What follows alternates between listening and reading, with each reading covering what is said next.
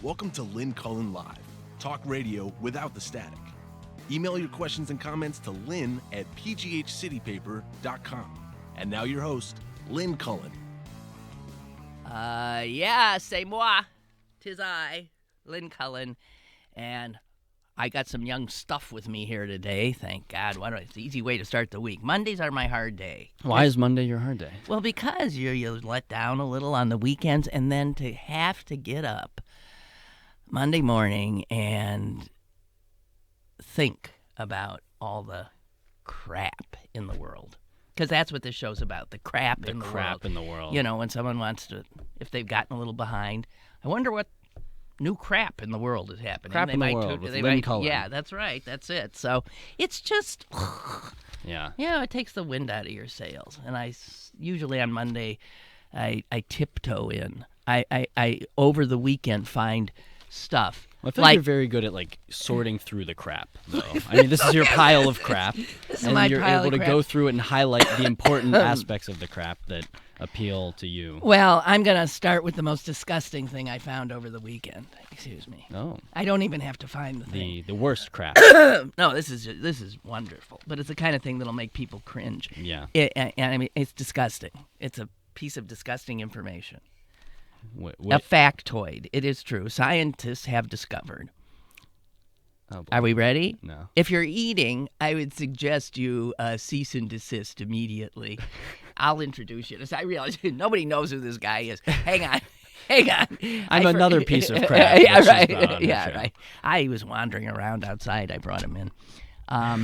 Scientists, a number of studies have shown, I can't even say it, that, okay, you ready? No. Eating boogers is good for you.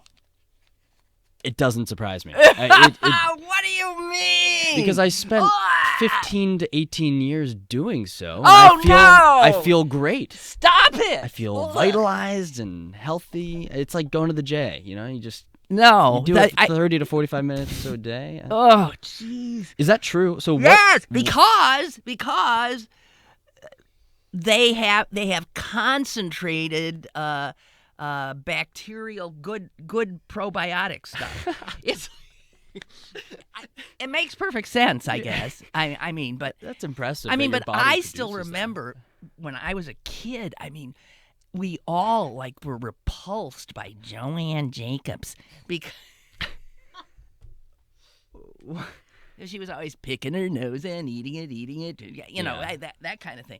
And to read this, I read it in a real newspaper.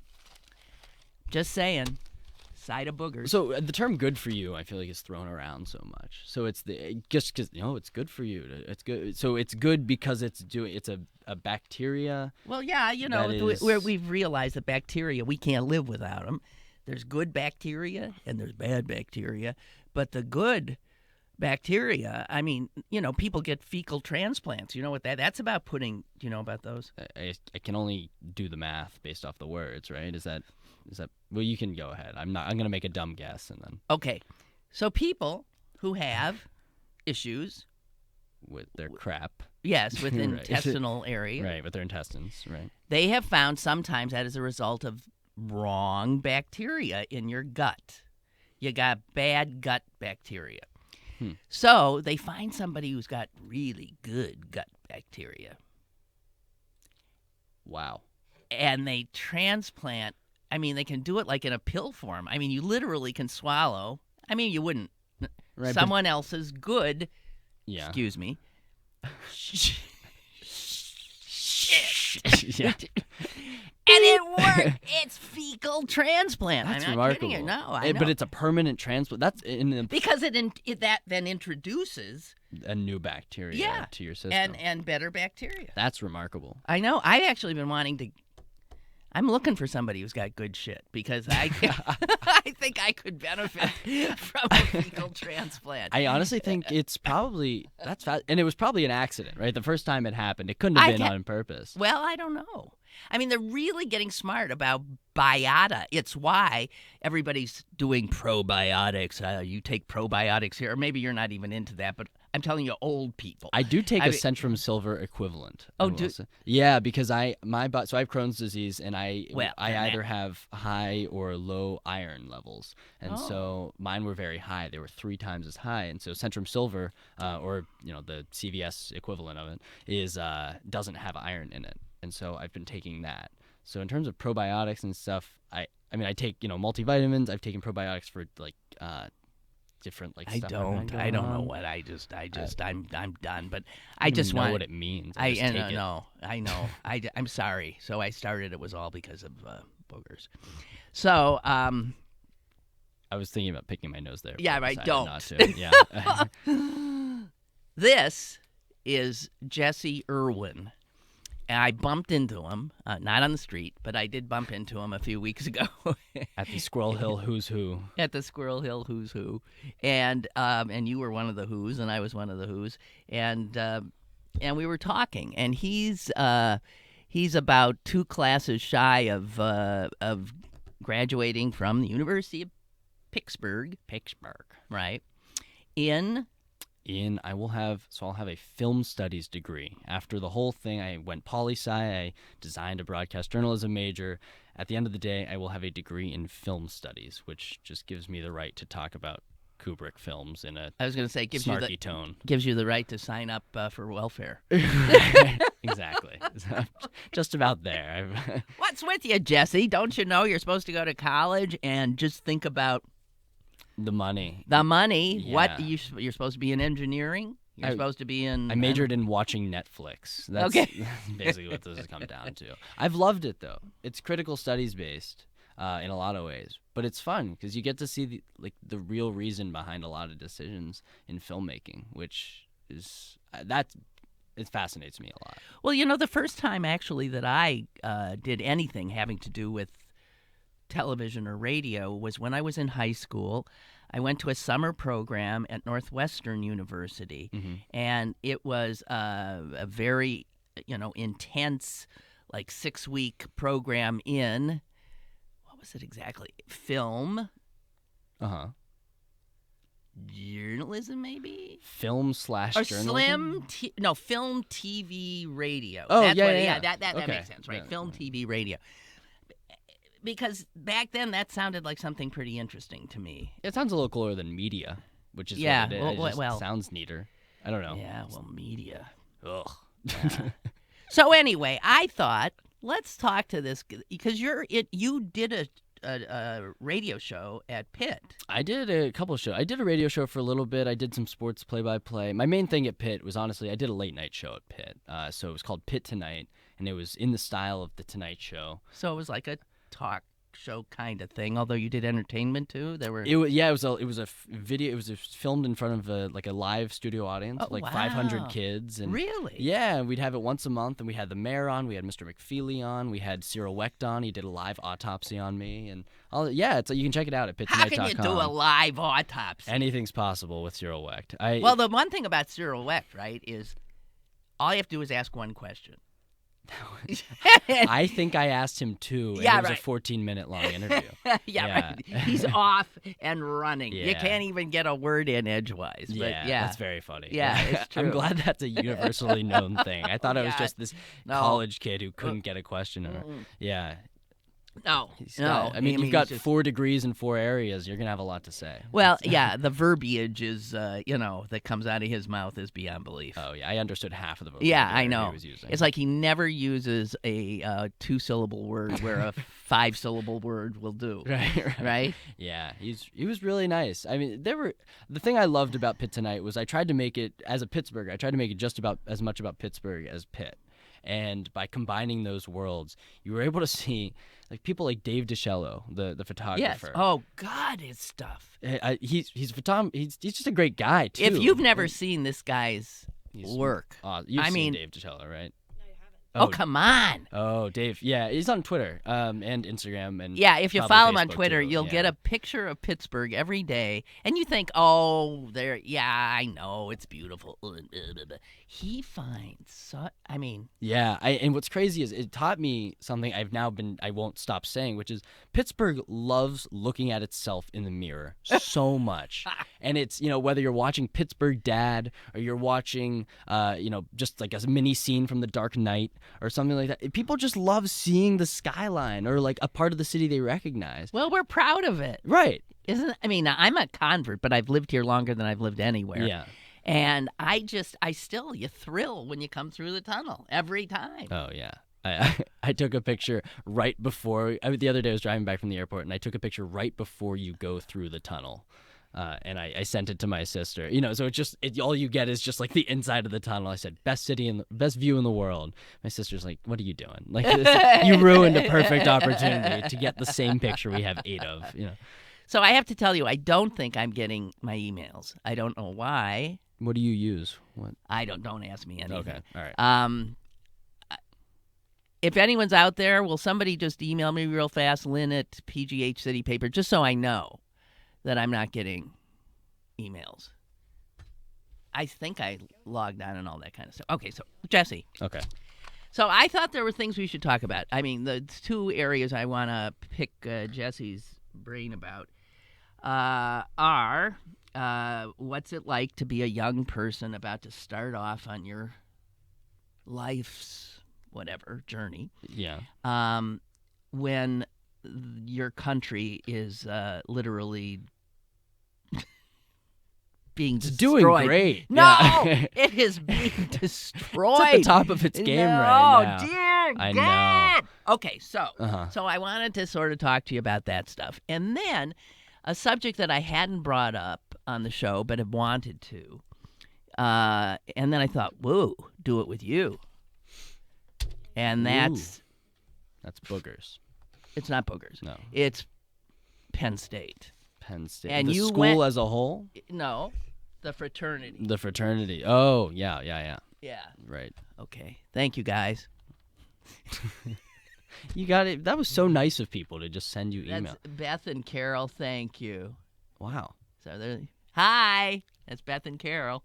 That's This is really Jess- nice of them. Yeah, Hi, it's very Beth and nice. Carol. How This are is you? Jesse. You can email me too. And Same with you, Barbara. Yeah. Here's Barbara, and she says she likes you. Let's talk, Barbara. Hi. How Listen, are you? she's old enough to be your mother, Okay, maybe all right. grandmother. Let's all right? grab So, coffee or something. This is another Let's- reason I wanted you on, because I assume I have an older audience, but a lot of women. You see that? A lot of women. Yeah. That's fantastic. That's, I know. Yeah. So women don't call. Women call. Barbara, Women, call. No, they don't call. And by the way, the phone number I should mention. This is if I can remember it. As long as it's a 412 number. It is. Okay. 412-200-5686. Wow! I got it again! Woo! 200.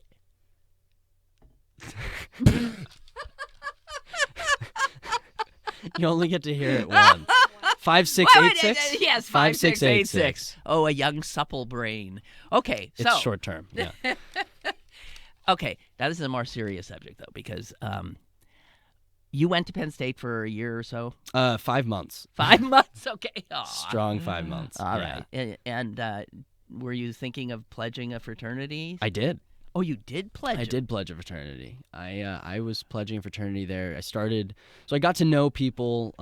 Squirrel Hill sort of has a pipeline to certain fraternities. I no doubt. Yeah. So so where did the Squirrel Hill guys go to Penn? Go at Penn State? There were a couple. I mean, I don't want to put the names out there. There's a bunch of them, but I pledged one in particular because I knew the guys well, and I had gotten to know them. Other members of it during the summer.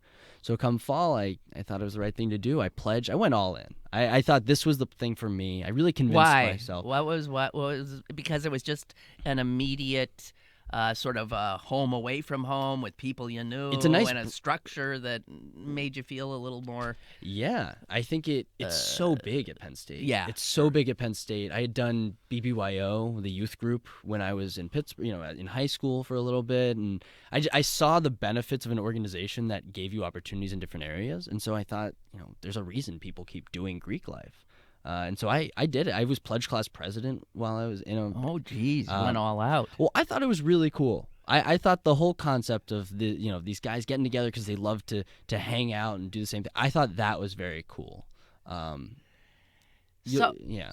Did you then, when you came to Pitt, did you join a fraternity here? Yeah. So to give some background, so I'm mid pledging of this fraternity at Penn State. I go home to Cannes for a thon. The dance marathon at Penn State. Oh, yeah. I went home for a weekend to do canning to raise money for it. I get a stomach ache. I end up in the hospital. I have surgery with what was diagnosed as Crohn's disease. Not I know good. it's not good stuff. Yeah, well, I'm healthy now. Knock on wood. I'm completely There's no healthy. wood. You can't knock on wood anymore. All right. Well, every time you look, there's nothing that's wood. No, yeah, I don't. Yeah. Okay, but knock on wood. So knock on wood, and so I'm healthy, and 4 years later I'm fine. When I got to Pitt, I told myself I wasn't going to do Greek life. I told myself I'd try a different angle. I knew what I'd wanted to do. I wanted to go into, I still wanted to go do media and journalism and broadcasting, and so started doing that. But then I met some people who were just really nice people and cool people, and I ended up pledging a different fraternity, different pledging process. I couldn't. The more times you pledge, the less seriously you can take certain aspects of it.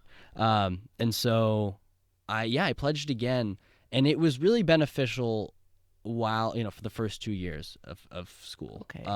But then I started doing other things. I started doing radio. I started doing reporting for the newspaper, and eventually I started this late night show. And so I created my own fraternity at a certain point. Okay, you didn't need it anymore. No, but it was a nice baseline to jump off of. Okay, so I have always been anti-Greek, and my experience was when I was a freshman at Northwestern University, where both my parents had gone. And everyone was talking about, so you doing Rush? You doing Rush? I have to tell you, I didn't even know what that meant. Yeah. I mean, when you're a freshman, sometimes you're just bewildered. I was a freshman from Green Bay. I was bewildered. I never heard of any of this stuff.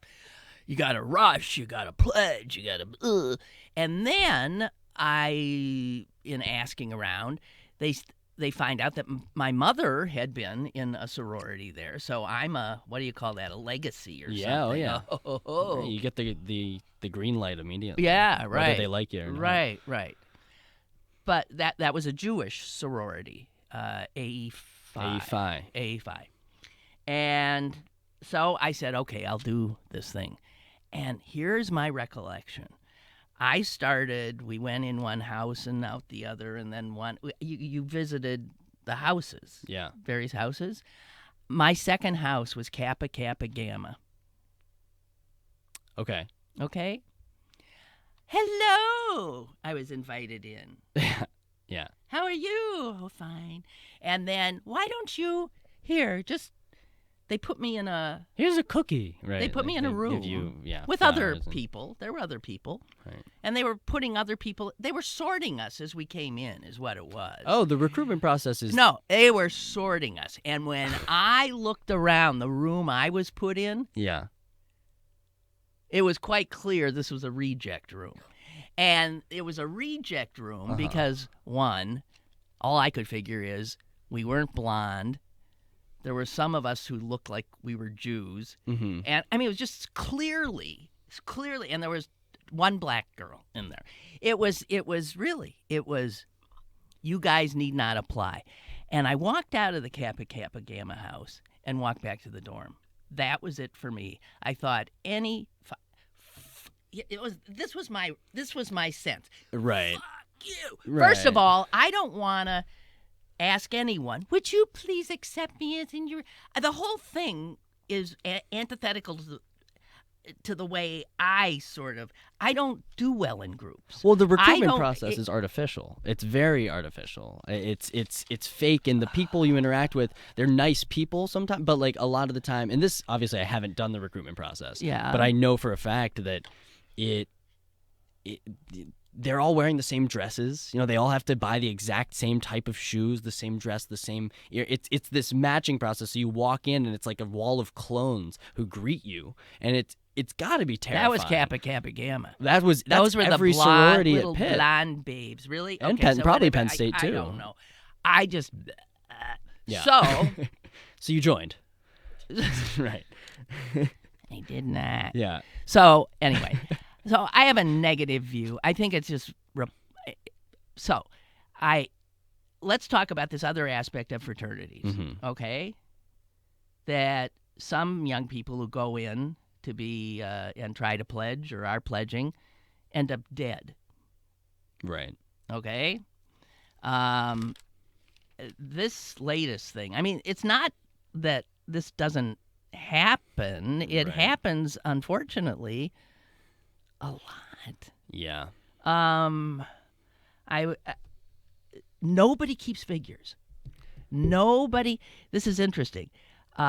Government doesn't have a data system, so even though I say it happens a lot, very hard to prove. The schools don't want to keep numbers like this. Higher education groups don't. Just like tracking hazing incidents or that kind of thing. And Bloomberg News tried to get a fix on it about 4 years ago. They, went out and looked for as many instances as they could find. And what they found they found 60 deaths in 8 years in fraternity activities. Now, you could say, well, that doesn't seem, yeah. Right. No one I'm sorry. This is, and they involved often initiation rituals. Yeah. So I don't know about your fraternity. You might have had a nice fraternity. Oh, no, but there are fraternities that are made up of idiots. Of idiots. Well, okay, so... And, alcoholics. Yeah. And I don't know. This poor kid, what happened at Penn State, he was being force-fed alcohol because he wanted to join. He had to go through this process. And he was stumbling around, falling down. He finally falls down a whole flight of stairs. They drag him up. To the He's couch, unconscious, put him on a couch. They're poking him, prodding him. He is so clearly in unbelievable distress. It took the guys in that fraternity 12 hours to call 911. He's dead. I don't know. I just think that, and I can't remember. There's literally over 1,000 criminal charges that have been levied against a number of members of this fraternity. So it's like, hey guys, this ain't fun anymore, is it? Because your lives are all about to be ruined. You took somebody's life, and now, or you were complicit. Right. Well, when you join a fraternity, you join any student organization, but specifically a fraternity or sorority, you are, not only are you accepting the responsibility of, carrying on, whatever traditions you might have, but you are accepting responsibility of the people around you. And I think a lot of people forget your job is to take care of each other. And unfortunately, fraternities especially are not environments that give you the confidence to speak up, especially when you're a younger person. No, because it's like groupthink, right? You're afraid. It's groupthink, and it's everything. If you don't have somewhat of a right opinion, someone will insult you. And whether it's sarcastic or not, you avoid those types of confrontations. And so a lot of kids who might be hammered out of their mind and end up on the floor, you think, 99% of the time they wake up and, they might be hungover or something, but like they're fine, right? If a girl, there's a great, I forget who does this comedy bit, but it's if a girl goes, I think it might be a local comedian. He says if a girl goes missing, it's like, where'd the girl go? We got to go find the girl. When a guy goes missing, it's like, all right, he's probably just like, he's probably passed out somewhere. He's probably at a girl's house or he's passed out somewhere. I think the worst part is that it's not an environment where people feel comfortable making the right decision because it might go against what the cooler thing to do. Yeah, right. It's not but that's why somebody like me, who's a very independent sort of person. Right. It's like, what the hell are you doing? I wouldn't. Right. I'm not comfortable in any situation where the group rules. You're somebody who works well, obviously, in a group setting, and groups are important. But I was still intimidated. I'm not gonna lie. I talk, like, I'm willing to be a vocal person, but I'm not gonna sit here and say I'm not intimidated if I'm around a bunch of people who are 3 years older than me, and I'm told, if I need to make a decision, it's scary. It's scary when you're around people who are older, especially That's right. This age. You go along. You go along with it. You go And along. The irony behind all of this is that a lot of the reason that people won't make the right decision in that moment is to avoid a potential media circus around it, when ironically that's exactly what happened. They ended up happening. Yeah. And now it just digs Greek life into a deeper hole. Right. I'm for, I don't even understand. One of the reasons the universities don't kick Greeks off their campuses. Fundraising? Yeah.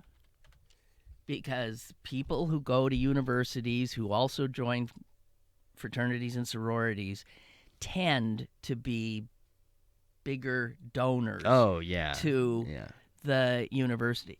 So it's a network within a network. Right. So they're not going to alienate all the alums from these fraternities and sororities. They also throw the biggest tailgates, right, when they're in college, so they have a stronger sense of school spirit potentially. All that kind of stuff. So yeah, it's a pretty stupid, terrible spiral. Stupid. And let me just say, like, I there are a lot of aspects of Greek life that I thoroughly enjoy, that I think are very beneficial for a kid coming into a new environment. He or she is independent for the first time, and they want to find people who are similar and represent the newer version of themselves. I get that. I think that's fine. I think that's wonderful. It's when you start taking the purpose of the fraternity and the traditions of the fraternity and you either continue them, like the whole point of hazing, right, is to test your commitment to the organization. There are ways you can test someone's commitment without hurting them mentally or physically. Right. And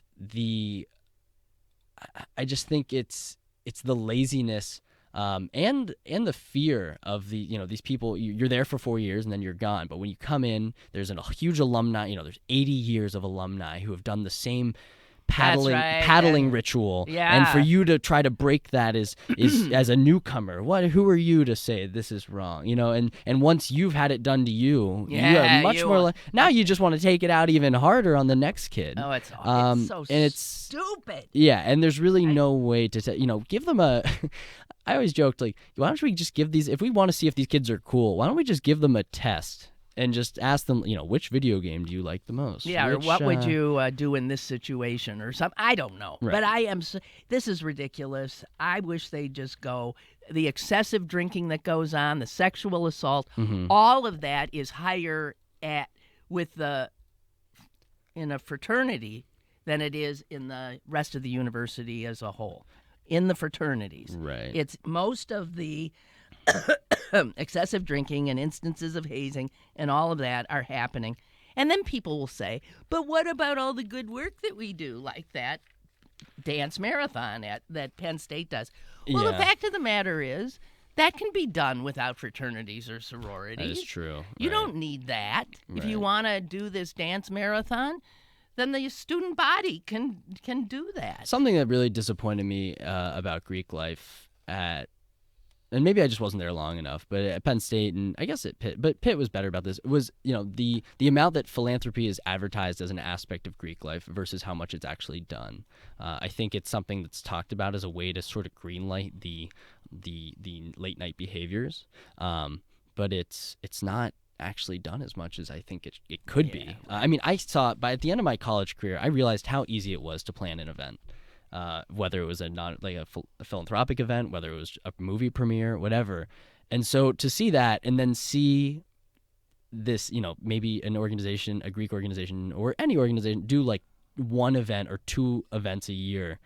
It's kind of frustrating to me. If you're going to advertise it, really capitalize on that. I think they have the ability to. You mean if you're going to say we do all this do great it. social work, then do it. Don't just sit there and talk about it. Do it. And there are some great events that Greek organizations do at Pitt, but there's also like one a year. So, and you have 80 members. Use that man or woman power to your advantage and actually make a difference in more than one area. I love Greek life, but I hate it because it makes me, I feel uncomfortable talking about it in a good way sometimes, and it's because of stuff like this. Yeah. So let's stop talking about it. Back to boogers. Yeah, back to boogers. Wait a minute. Ruth says, I read that nice article in the Jewish Chronicle about you. Now that I read it, I'm worried you're going to be retiring soon. She's talking about you or me? Me. Oh, okay. Oh, do you have a nice article in the Jewish Chronicle? No, but I'm retiring soon. I'm not retiring. Did that article say that? You didn't read the article. I didn't see it. No, I love the Jewish Chronicle though. Yeah, as long as I can have a soapbox, I'm still here. I swear, I am. I'll admit it. I wrote the article and it was calling for your retirement. That's what it is. Okay, I want to talk to you about your country. Oh. Our country. No, when it's this messed up, it's your country. See, I'm retiring. No, it's your country. No, it's like hot potato. I'm retiring. I'm giving you. So it's no longer your country once you retire? I did my thing. Okay. And now I and my generation and generations before are leaving this mess to you. I have to tell you. Thank you. My pleasure. Yeah. I have to tell you. I have been witness to history all my life, as you are now. This is history that we're living. And I have never, ever felt the fear I feel in my life, ever. Now, I got to tell you, this is not normal.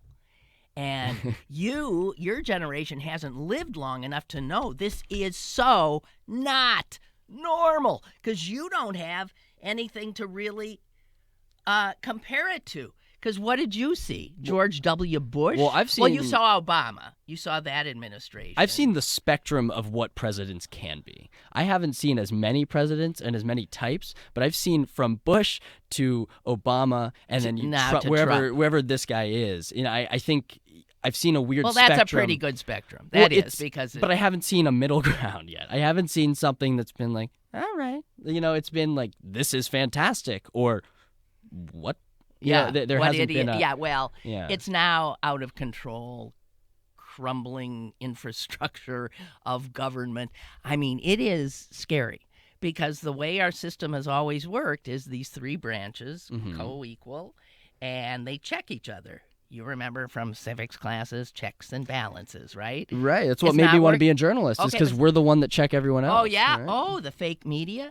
See, never before has there been this concerted effort on the part of powerful institutions like the Presidency and an entire party to demonize the journalists. That is correct. And it does look like it's working pretty good. There's a whole bunch of Americans who don't believe a thing that they read or see unless it comes from, Fox or one of the right. I mean, and to a degree, can you blame them? Well, yeah. Well, I don't know. I think sometimes you can't blame them. There's so much propaganda and there's so much stuff going behind certain outlets that it's hard to believe sometimes what you're hearing. I don't think it's unfair to say that. But there are true journalists. There's people who with genuine opinions and genuine reporting who are getting roped into this entire... I don't know. I think the fact that you can have a presidential advisor literally talk about the fact that, we have alternative facts. Right. Right there. That tells you, okay, not normal, scary. Yeah. We can this is what happens in totally totalitarian governments. We write the facts. Right. Who are you going to believe? Us? Or your own eyes and ears, and it damn well better be us, or you're gonna find yourself, in talk. And you know what? Talking about the Greek life thing, most people want to belong, want to be part of what. So now they belong to. You're either over here with these set of facts, or you're over here with these set of facts. Yeah. And there's pressure in your life to stay with that group. Absolutely. Right? When I started doing this, my callers were the whole spectrum. I got conservatives, I got wackos, I got commies, I got everybody called my show. Right. And so it was this wonderful conversation marketplace of ideas. And we were all talking to each other. There wasn't a lot of demon. I mean, you might say, oh, come on. But another call comes in, and you heard all of this,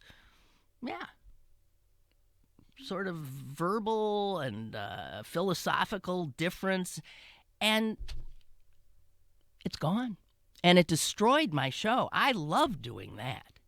Little by little, people who didn't agree with me went to their bubble, right? Everybody go to their bubbles. Yeah.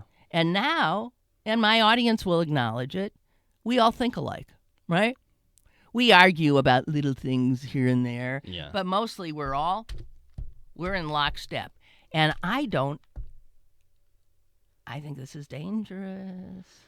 I think it's dangerous. Yeah. And I let me read you something some guy wrote. All right.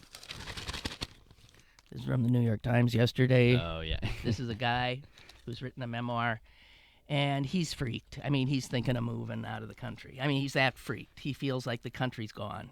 But he's not going to Canada. No, he had spent some time when he was a young person in Norway, and he learned to love Norway, and he saw it as an extremely, wonderful culture and society. Let's hear it. I'm very curious. Okay.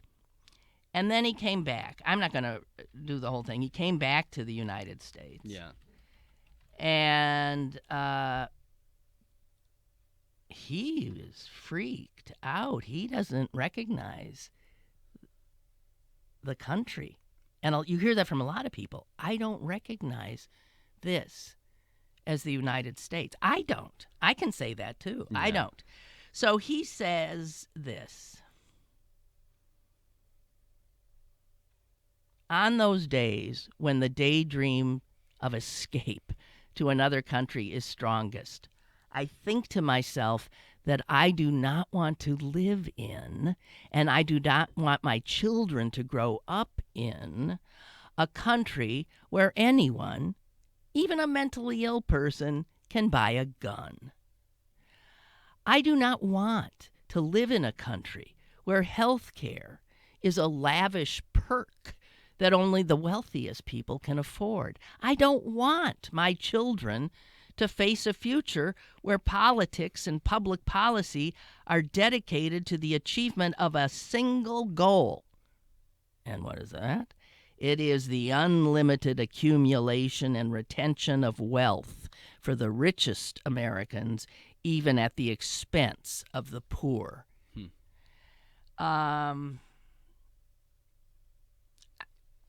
That's what I see now. Did you see who got crowned Miss USA last night? Miss District of Columbia? Yeah. Did you see? Yeah. Did I sound like I was from Wisconsin there? Oh, yeah. Yeah. Oh, yeah. Yeah. Not that I watched the Miss USA. Did you see the Twitter moment for it or something? That's what I saw. No, I saw a little something, and on it, it said that when, in the question part, the wonderful question part. Yeah. When she was asked. Like the world peace part? Yeah. The world. I'm for world peace. No, Miss USA asked about health care. Said it was a privilege for those who worked. That's what she said. Health care? No, that's not a right. It is a privilege. This is Miss USA, ladies and gentlemen. I think representing America rather well in that regard. She's going to become a national security advisor tomorrow. Yeah, exactly. And she was educated. She's a scientist. She's a this and a that. And on top, she's even a black woman. Yeah. And she has said, I can't take it.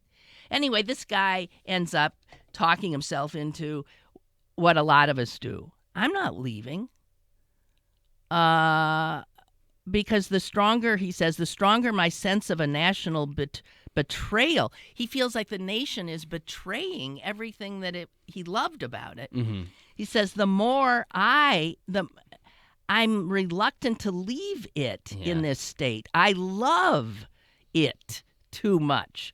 The magnificent, boisterous, diverse, regenerative America that is being betrayed. That's been the hardest part for me, has been realizing, and I think, I forget who said this, but it was about how the idea of being a patriot has been so associated with the conservative movement, the right-wing movement. Yeah, flag waving. Right, like I shouldn't have to, put on a colonial wig and go to a rodeo just to be like that definition of patriot. That's right. I think I am just as much of a patriot, and in moments I feel like more of a patriot than a lot of those people. Well, I'm sorry though, Jesse, you're not wearing.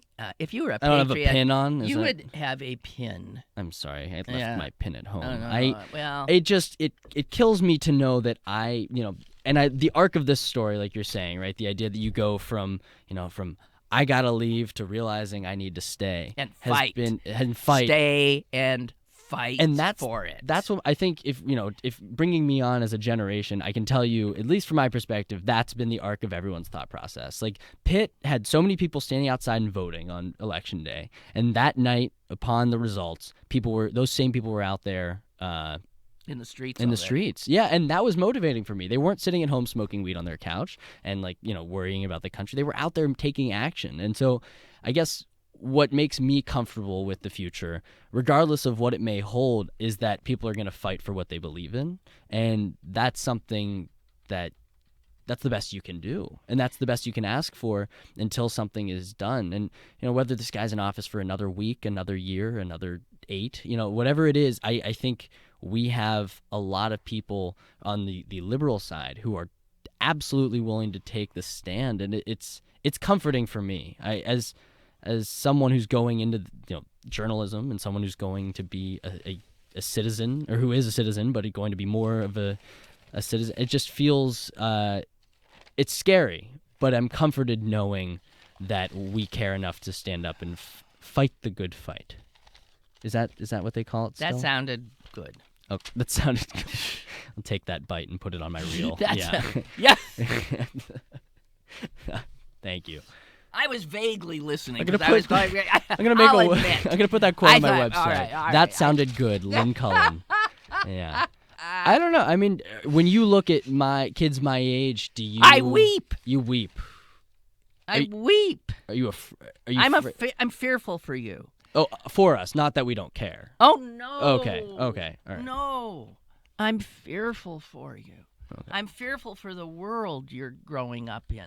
I think the world has always been a mess, but since World War II, which was such a horror, the world did sort of organize itself in a way that, Europe has its, act, at least it did, together. That's starting to crack. Yeah. The United States was always the exemplar of certain foundational things about freedom and the about international peacekeeper and about immigration type. Yeah. and about, we were the welcomers of all. Right. We have turned a 180. Yeah. A total 180. And I think the people who are in control of this nation right now are frightening. They are frightening. They have no more sense of using government to help people than a platypus. Yeah. It's not what they are into. They are into what this guy said. They're into grabbing as much power and wealth as they can and screw everybody else. Oh, it's like the children from the Seder. What is it? There's the wise child, and then the wicked child, and the child who doesn't know enough to ask a question, right? Trump bounces back and forth. I feel like he just doesn't know enough to ask a question, so he just keeps going until there's some sort of an answer. And that's what's scary is, like, it's one thing to have someone, I mean, God forbid, having someone like Mike Pence in office who knows what they're doing. But then you have someone who doesn't even know how to set a trend in the right way. He releases a letter and then goes back on everything. He's out of control. He doesn't have a clue what to do. And so it's almost, yeah, right. We are a ship without a captain. It's redefined what the presidency means for my generation. Because we saw one of the greatest guys to ever hold it, and now we see a guy who doesn't even know what to do now that he has it. He's redefined it down. Yeah. So right, again, absolutely. What was unthinkable, it's already happened. Every day something unthinkable happens now. Mm-hmm. Every day some norm is shattered. Yeah. Every day. And once those things get shattered and redefined, or the bar is dropped and dropped and dropped, it doesn't come back. You don't think it can go back up? Because I guess I was trying to think the other day. It's damn harder to get that thing back up than it is to push it down. Well, so let's say you go Bush, and then instead of Obama next, you had Trump, and then you had Obama. What happens then? Do you gain hope again? Because I think that'll tell you a lot, right? Whoever our next president is going to bring our hope or set our bar again. So I don't know. What would that do?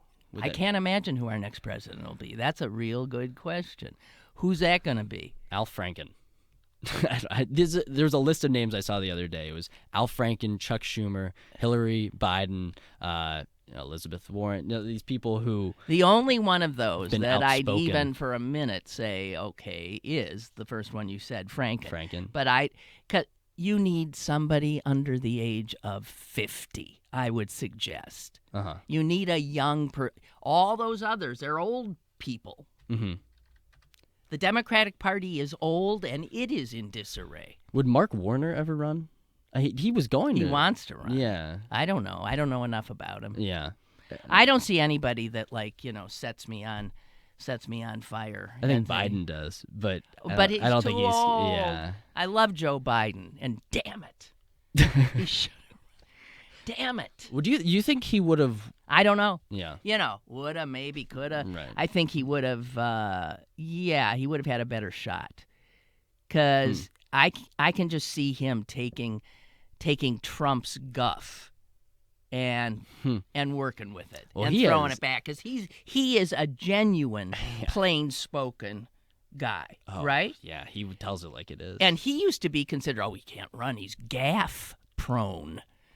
Gaffe prone. Gaffes like he says things like to the president when they passed Obamacare, and he was overheard. He said, "Big fucking deal." Yeah. That constituted we can't have a president who might say big fucking deal. Right. You know what? He's just more American now, right? I think so. When he came to, speaking of all this Greek stuff, it was really interesting. He came to Pitt to speak last year, and about the This On Us campaign, which is all about sexual assault. And his speech, I know it was written, but he made this speech. I mean, he yelled at the audience. He said, no means no. He screamed, and I loved it. I soaked it in. I was sitting backstage. I couldn't even see him, but I could hear him, and all I hear is just this roar of the crowd, where it's he gets people. He is more American than so many politicians because he's genuinely who he is on stage. He's not putting on. He is who he is. Yeah. I don't know if in the course of your Pitt career, you encountered a professor of creative writing, Jean Marie Laskus. Yeah, I know Jean Marie. Okay, well, Jean Marie spent about a week with Joe Biden. She literally was in the car when he was in the car, on the plane when he was on the plane, and it was the week that the new pope was in Philly. not in Philly, where he was. What do they do with a new pope? Oh, you're saying when Installed. he was installed? I don't know. What sorry, do they I call thought you him? meant when he was in Crowned. I don't know what he's anointed. What the hell is it? Christened. It's got to be Christened, a verb. right? No. Like a Jew. What he christened it? You don't know what. He Confirmed. was christened long. When no, he was confirmed no, back in the 19. Pope was I actually love that. that might have been it. And so Jean was with. She got to be there because Biden is, gets a really good seat, and she was. She got to be right there with him. But she said this about him. First of all, he's exhausting. He never stops. Total Energizer Bunny, running here, running there, getting out. And totally like he seems to be. Yeah. Just full of energy. So let me show you where I grew up. And he grabs her and takes her. And we used to do this over there. We used to, just this, this regular guy. And she said one of the things that was, I think it upset him too, she thought, is that people didn't take him seriously often. He was, that's Joe. Well, it's the vice presidential role, right? Yeah, right, whatever. She says he is smart. Yeah. Smart as can be. And she thought that was not, the public sense of him was sort of like this, Uncle Joe. And that's a tough, I think it's probably a really tough decision for a politician to make to become vice president. Maybe, he's been in Congress for so long, I think it made sense. Obama was very smart to pick him. Oh, very smart. That was and it did. It turned into a true bromance. And it's funny because you then see, Jean Marie wrote an article about, after the Obama presidency, it was about the letters that were piled up in the White House mailroom, and it was going through them and seeing these things, how much people appreciated the presidency. And you see, people talked about Joe just as much as they talked about Barack. It was... And you can believe that... that office that Obama had, sifting through all the mail from regular people that came into the White House every day. Yeah. That office isn't there anymore. Donald Trump could no more give a damn. The office was created to filter because Obama said, I want every night 10 letters. Yeah, I love of the 500 million that have come. 10 letters every night he read.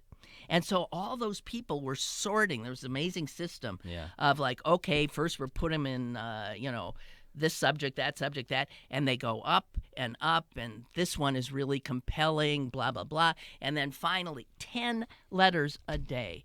The last thing he did before he went to sleep was listen to real Americans who took the time to write him letters. Right. Now can Trump you falls imagine? asleep to hate mail. Yeah. Can you imagine? I can't imagine. That's got to feel so good. I mean, that's rewarding. That makes you want to get up in the morning. I think, if I recall, that I think there's some kind of a follow-up story that is going to happen. Oh, really? About it. By Jean Marie? Yeah. And Trump, not Trump, Obama so loved that story that Jean Marie got a handwritten note from him that he had to have written. The last week of his presidency. He took the time to write, Jean, and say the most unbelievable thing any journalist will ever hear.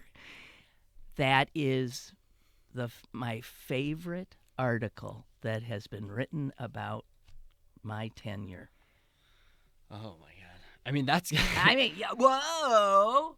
Well, what's the Ta-Nehisi Coates article about my president was black? I just read that again the other day. Really? I mean, yeah, that's for her to get a letter like that. That's She's got it. Do you retire after that? I would think you would. I said, okay, quit now. I think that's what I texted her. All right. Yeah. Hang it up. Yeah, she actually ain't ever gonna get better than that. Ironically, Jean Marie runs this thing at Pitt. It's called the Center for Creativity, and it's a place where kids can go and they can paint and they can play instruments and they can do all these creative things. It's a really nice outlet.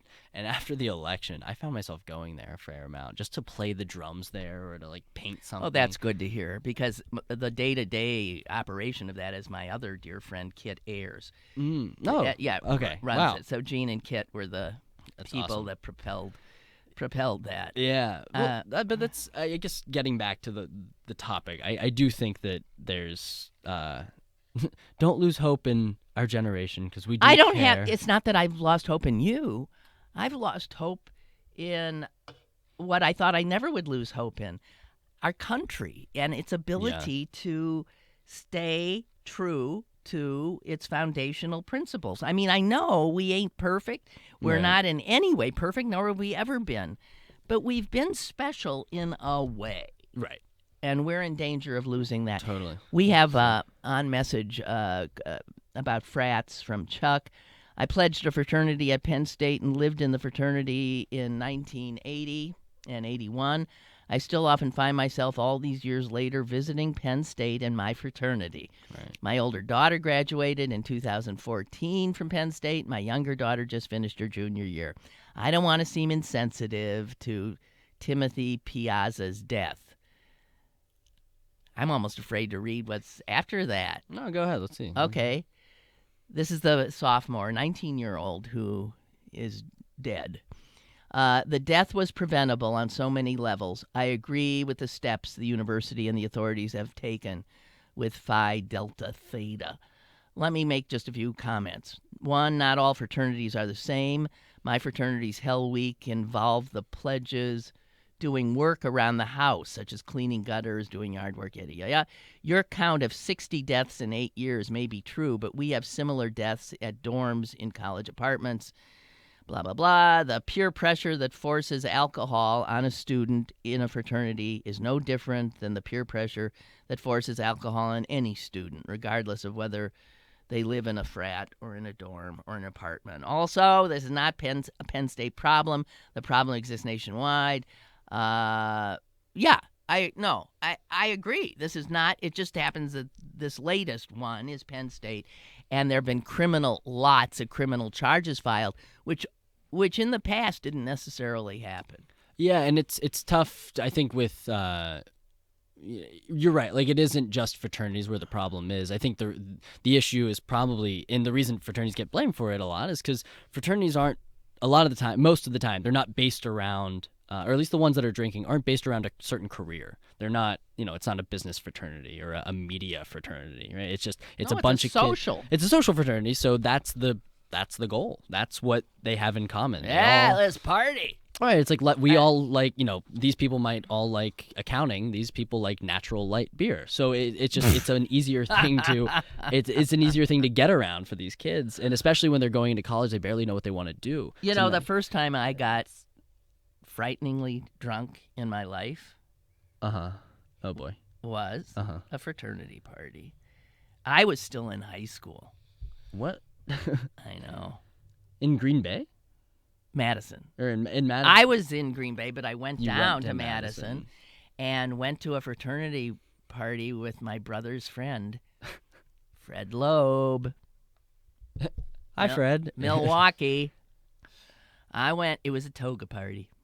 Did you wear a toga? Well, sure, I must have. Yeah. I think. Yeah, he did. I remember I always called him Lobus after that. It was like Fredus Lobus. Yeah. But I had never drunk hard alcohol. I was not into it. I was not into beer. I was not a drinker. Yeah. And I remember being down there in their basement, and we were dancing, and I kept drinking this orange juice. So you thought. Oh, my God. Yeah. I have never, ever in my life been that ill. Really? I was so ill. I mean, I thought I was dead. 24 hours later, I was still. Yeah. Mom, if you're listening, I made it. I'm here. It's okay. Oh, boy. Oh, I visited my sister. Oh, boy. They thought of State. dumping me at the hospital. I heard later. God. Yeah. They should have. Yeah, I the first time I visited my sister at Penn State, it was a similar thing where I was just such a rookie, so I didn't know what I was doing, so I just kind of went with the flow, and it's tough. You don't have a tolerance when you're coming from high school. You're clueless. It's the big leagues now. Yeah, it's the big leagues. So listen, our time is up. I want to end on Dorothea, who has written, I am very much enjoying your chat with this nice young man. Oh, this is my mom's pen name. No, it's not, because Dorothy has been writing for some you, time. Dorothy. Perhaps you should bring in a young guest like this periodically to remind us old folks that we don't have to worry about the upcoming generation. I think we're going to be just fine. Dorothea, weren't you writing me just last week that you were suicidal? Wait a minute. About the just an hour with Jesse here, and you think the country's okay? Yeah. Okay, well, go out and save us. Yeah, Dorothea, I got you. That's all I can say. I mean, no, it's all right. I think there is a lot of hope. There's hope. There's fear. But with fear, I think fear brings out the best hope of all. So it's definitely I don't know. It's on an upswing. On that positive note, which you would never hear from the likes of me, we will end today's broadcast. I want to thank Jesse Irwin for bumping into me at that party. Thank you for having me. It was It's been wonderful. a pleasure. And tomorrow, Susan, my sister's going to be sitting right here, right there. Jesse warmed it up for you, Suze. So, that's that, and see you tomorrow. Toodaloo. Lynn Cullen Live, Monday through Friday from 10 a.m. to 11 a.m. and archived at pghcitypaper.com. The opinions expressed on Lynn Cullen Live are those of the host and do not necessarily reflect the viewpoints of Pittsburgh City Paper or its advertisers.